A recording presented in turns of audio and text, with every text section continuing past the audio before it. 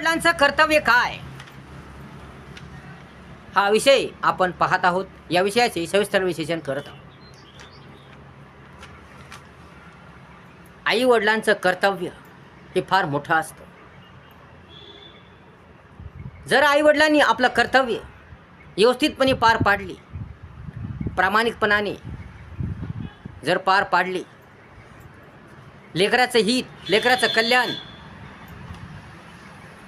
ध्यानात ठेवून जर कार्य करत राहिले, आपलं कर्तव्य, आपली जबाबदारी जर पार पाडत राहिली, तर लेकराचा विकास नक्की होतो.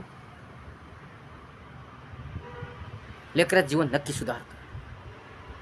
म्हणून आईवडिलांनी आपलं कर्तव्य, आपली जबाबदारी पार पाडली पाहिजे. इमानदारीने, प्रामाणिकपणाने पार पाडली पाहिजे. मुलांना जे लागतं, आपल्या लेकराला जे लागतं ते दिलं पाहिजे. त्यांना चांगले संस्कार लावले पाहिजे. त्यांना चांगलं वळण लावलं पाहिजे. त्यांना चांगली शिस्त लावली पाहिजे. त्यांना वेळ दिला पाहिजे. त्यांच्याकडे लक्ष दिलं पाहिजे. काय चांगलं, काय वाईट, काय योग्य, काय अयोग्य हे त्यांना सांगलं पाहिजे.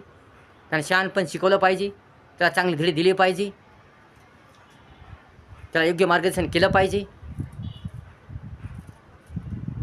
म्हणून मुलांना घडवणं, मुलांना चांगली दिशा दाखवणं, चांगला मार्ग दाखवणं, मार्गदर्शन करणं, त्यांना वेळ देणं हे आईवडिलाचं कर्तव्य आहे. पहिलं कर्तव्य आहे.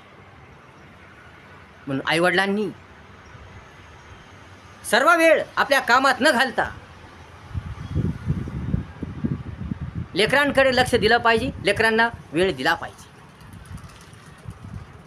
कारण जर आईवडिलांनी लेकरांकडे दुर्लक्ष केलं, लेकरांकडे लक्ष दिलं नाही, लेकरांना वेळ दिला नाही, आपलं कर्तव्य काय, जबाबदारी काय चांगली रीतीने पार पाडली नाही, या लेकरांना, या मुलांना नीट समजून सांगितलं नाही, त्यांना शहाणपणे धडे दिले नाही, चांगले संस्कार लावले नाही,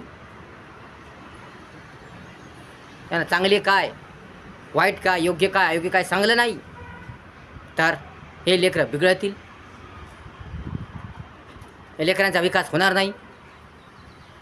त्यांच्या मनाचा, त्यांच्या बुद्धीचा, ज्ञानाचा विकास होणार नाही. त्यांच्या जीवनाचं महत्त्व कळणार नाही. त्यांना कसं जगायचं, कसं वागायचं, कसं बोलायचं, कसं राहायचं, कसं वर्तन करायचं, कसा व्यवहार करायचा हे त्यांना कळणार नाही. आणि ती मुले चांगल्या गोष्टीपासून अज्ञात राहतील. त्यांना चांगली शिस्त लागणार नाही, वळण लागणार नाही, त्यांना कशाची माहिती होणार नाही.